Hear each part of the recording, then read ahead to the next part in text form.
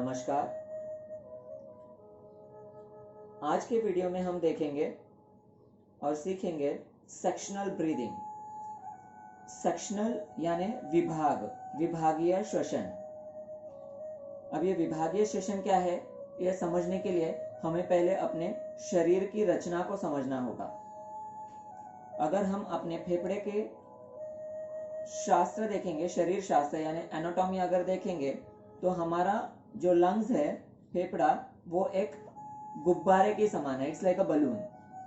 अब उस बलून का काम जो है वो भी खुद से नहीं होता, यहाँ पर डायफ्राम होता है यानी श्वास पटल। जिस तरह से अगर डायफ्राम नीचे की ओर जाता है, वैक्यूम क्रिएट होता है और हम श्वास ले पाते हैं। डायफ्राम ऊपर की ओर उठता है, प्रेशर आता है और हम ब्रीद आउट करते हैं। इस तरह से ये हमारा श्वसन का मार्ग काम चलता है। बट इस फेफड़े का अगर देखें तो इसमें 5 लोब्स है यानी 5 अलग अलग सेक्शंस है, और जिसके अंदर छोटे छोटे छिद्र होते हैं। जैसे कि हम स्पंज देखते हैं तो स्पंज में कैसे छिद्र होते हैं, पर उसमें काफी सारा पानी सोख कर सकता है, यानी कि उसमें अंदर वॉल्यूम बहुत होता है। तो हमारा जो लंग्स है इसी प्रकार है, साइंस में उसे अल्वोली कहते हैं। अब देखेंगे जैसे अगर घर में छोटे बच्चे हैं तो वो दिन भर दौड़ धूप करे, कितना भी खेले, पर वो थकते नहीं है, क्योंकि उनका जो शरीर है वो बढ़ता हुआ होता है। तो फेफड़े भी बढ़ते हुए होते हैं और सारे वायु कोश जो है, जो अल्वोली, वो खुले हुए होते हैं। तो ज्यादा मात्रा में वो ऑक्सीजनेट कर सकते हैं और जिससे उन्हें शरीर में थकान नहीं महसूस होती। पर यही बात जैसे जैसे उम्र बढ़ती है तो देखेंगे शरीर की जो बढ़त है वो तो रुक जाती है, तो वहां पर मेंटेनेंस का काम आता है।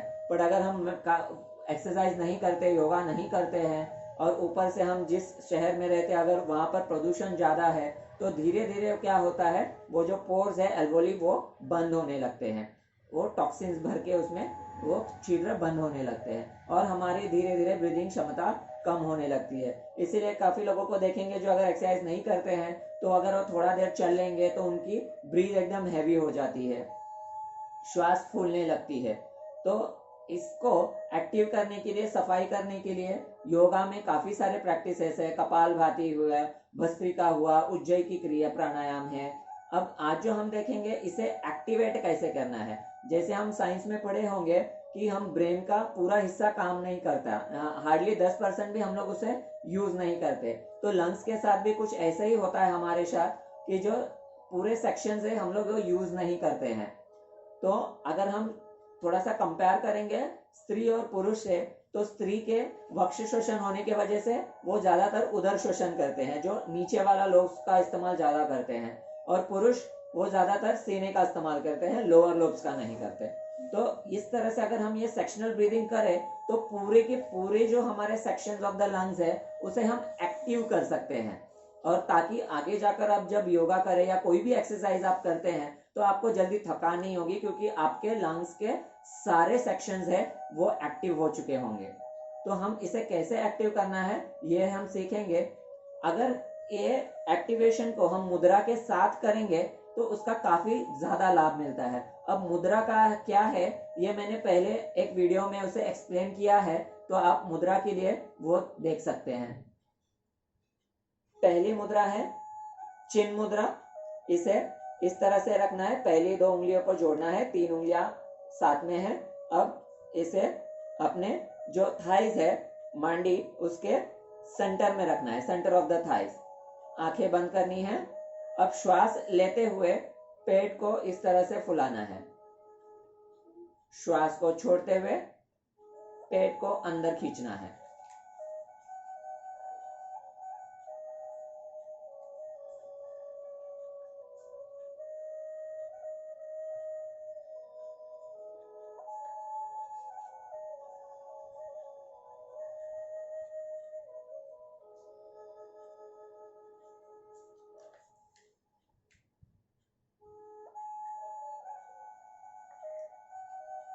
पेट का श्वसन करते हुए आपको ध्यान रखना है कि सीने का हिस्सा नहीं हिलाना है, सिर्फ पेट के जरिए ही उधर श्वसन करना है।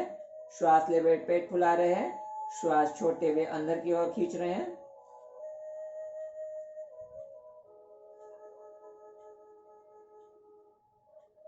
रुकना है। शुरुआत में आप करेंगे तो 7 से 10 बार कर सकते हैं, और जैसे जैसे आपकी दीर्घता बढ़ेगी तो उसे सिर्फ 5 राउंड भी आप कर सकते हैं। अब दूसरी मुद्रा चिन्मय मुद्रा, सिर्फ बाकी के जो 3 उंगली थे उसे हमने फोल्ड किया, पहले 2 उंगली वैसे ही है। अब इसमें आपको चेस्ट ब्रीदिंग करनी है। यहाँ पर पेट का नहीं हिलाना है या पेट का इस्तेमाल नहीं करना है।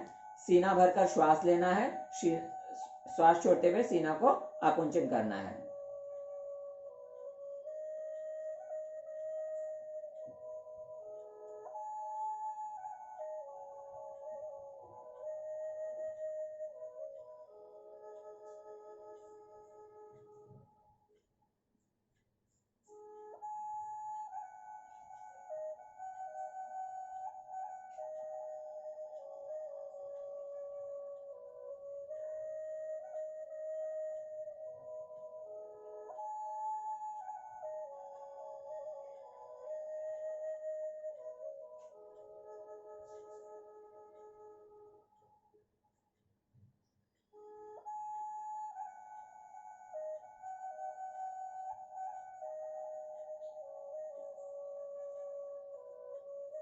अब तीसरी मुद्रा आदि मुद्रा।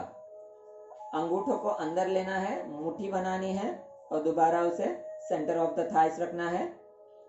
अब यहाँ पर हम थोरैसिक ब्रीदिंग करेंगे, यानी स्कंद श्वसन।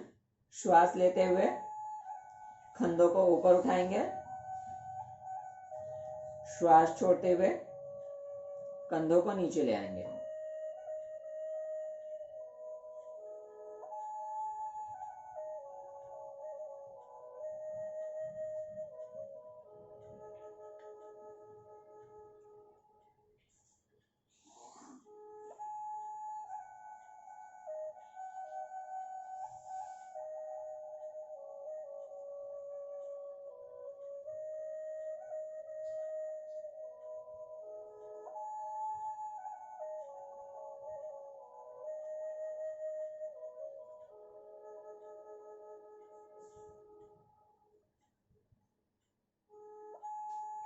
यहाँ आकर आपको कुछ रुकना है।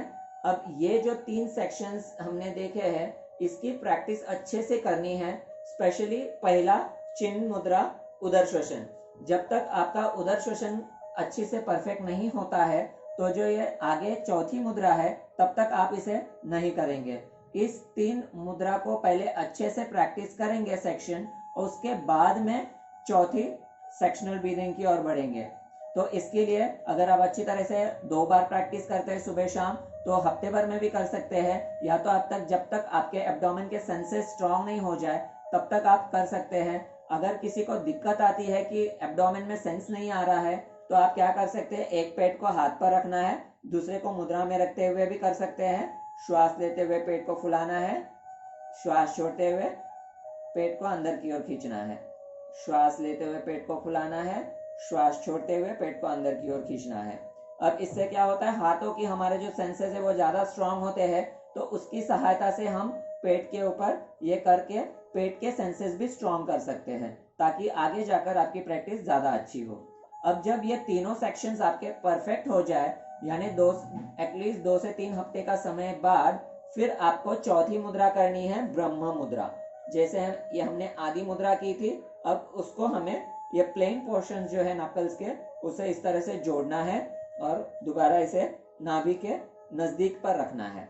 अब यहाँ पर हमें क्या करना है, जो तीनों सेक्शन हमने एक एक करके किए थे, अब वो सारे सेक्शन एक साथ में उसे एक्टिव करना है। तो पहले श्वास लेते हुए पेट को फुलाएंगे, फिर सीना और फिर कंधे। श्वास छोड़ते हुए पेट अंदर जाएगा, सीना कंधा।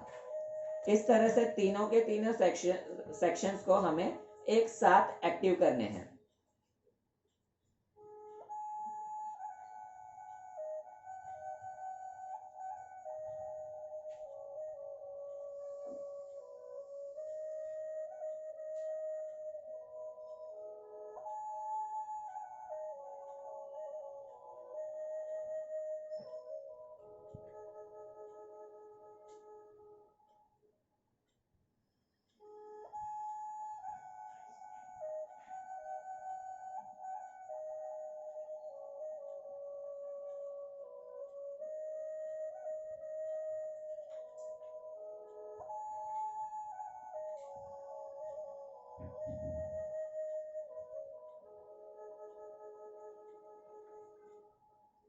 इस तरह से अगर आपका दीर्घ होता है तो इसे आप 5 बार कर सकते हैं।